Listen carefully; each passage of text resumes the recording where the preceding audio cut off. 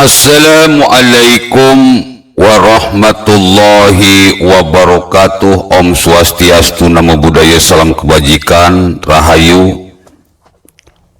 Kembali lagi bersama Gus A dalam channel Tanda Tanya Politik, semakin gila semakin asik, untuk menjawab semua politik tanda tanya.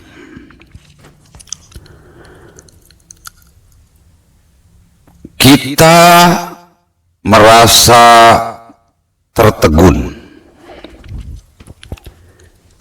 kita terbengong-bengong, terkaget-kaget, terhenyak.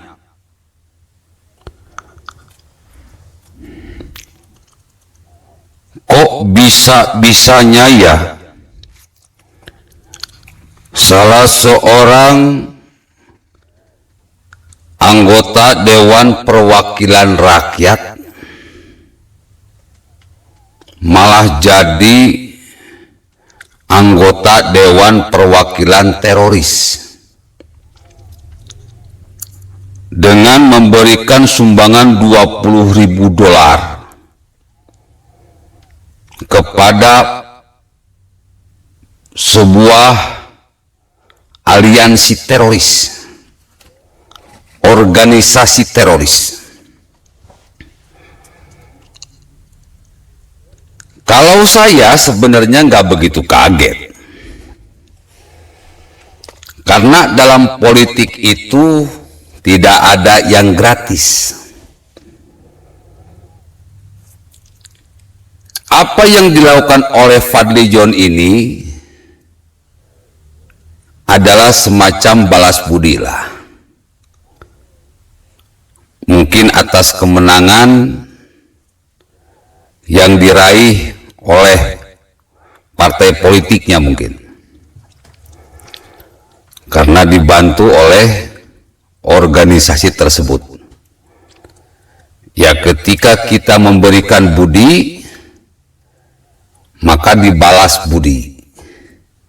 Memberikan kebaikan, maka dibalas dengan kebaikan. Jadi ini sebenarnya hanya balas budi.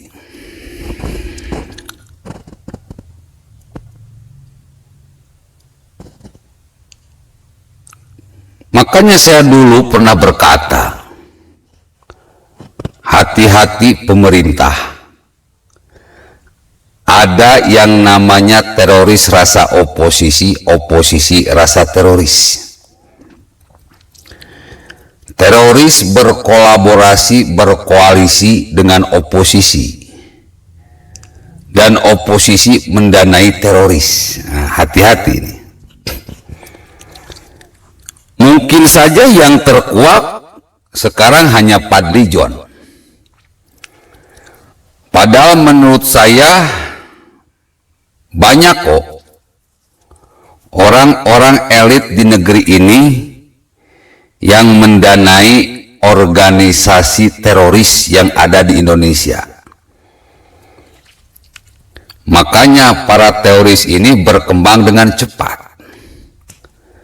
Dan ini tidak hanya PR Densus untuk menguaknya, tidak hanya PR polisi dan TNI untuk menguaknya, tidak hanya PR pemerintah untuk menguaknya, tetapi juga PR kita semua untuk membongkarnya.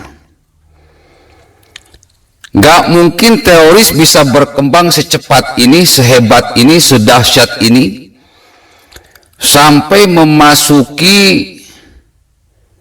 berbagai sisi, berbagai lini, berbagai bidang di negara ini kalau tanpa bantuan oposisi. Itu udah pasti. Ada oposisi yang mendanai teroris karena mereka butuh tenaga teroris untuk mendapatkan suara umat Islam. Jadi dalam politik itu nggak ada yang gratis. Bapak Ibu hadirin pemuda-pemudi sebangsa setanah air. Ketika kita berbicara teroris, maka kita sebetulnya sedang berbicara khilafah. Ketika kita sedang berbicara khilafah, maka kita sebetulnya sedang berbicara teroris. Maka teroris adalah khilafah, khilafah adalah teroris. Dan khilafah sekarang sudah menjadi tema untuk 2024. Sampai ada salah satu tokoh penting di negeri ini yang pernah jadi Menpora mengatakan bahwa suka atau tidak suka, senang atau tidak senang, khilafah akan tegak di bumi Indonesia. Artinya paham teroris akan tegak di Indonesia. Kenapa? Karena sudah banyak oposisi, orang-orang elit di negeri ini yang sudah menjadi teroris, yang sudah berpaham khilafah.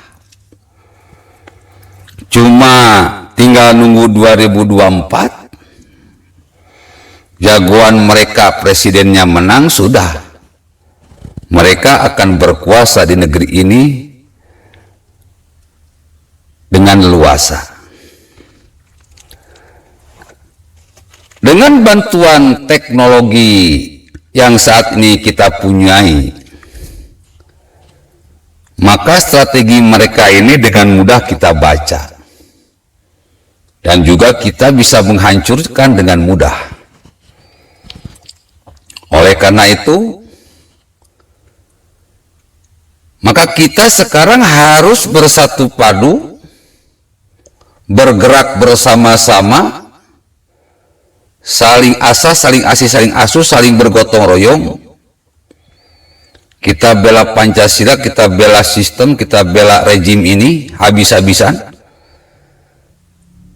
Karena khilafah atau teroris ini sudah tidak ada ampun. Dua hal yang akan mereka kejar, ganti rejim, ganti sistem.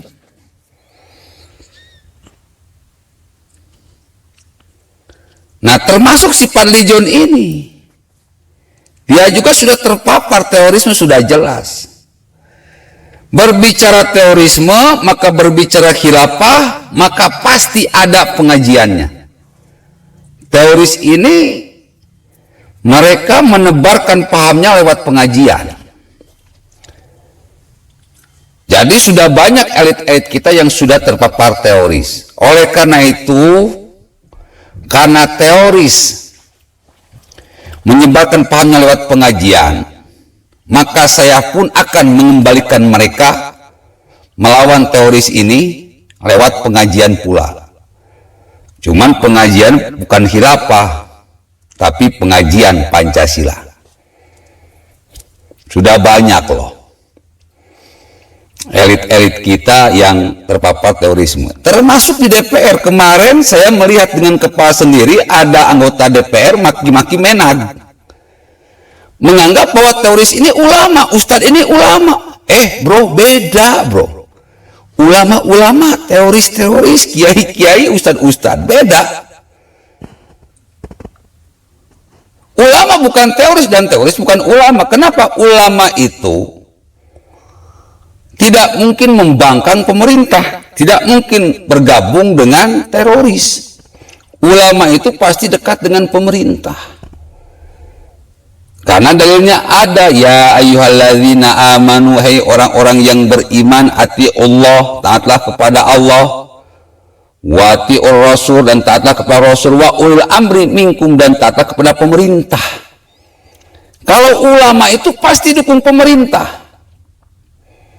Karena pemerintah itu seperti orang tua. Mau jelek orang tua kita, mau bagus orang tua kita.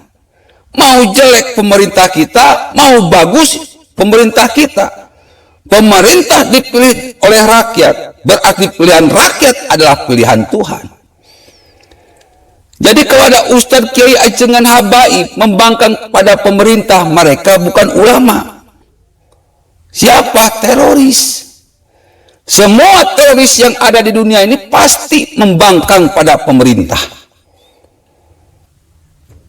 Jadi teroris ini punya sifat seperti iblis, membangkang. Wa idh qulna lil malaikati isjudu li Adam fasajadu illa iblis, membangkang kepada Allah.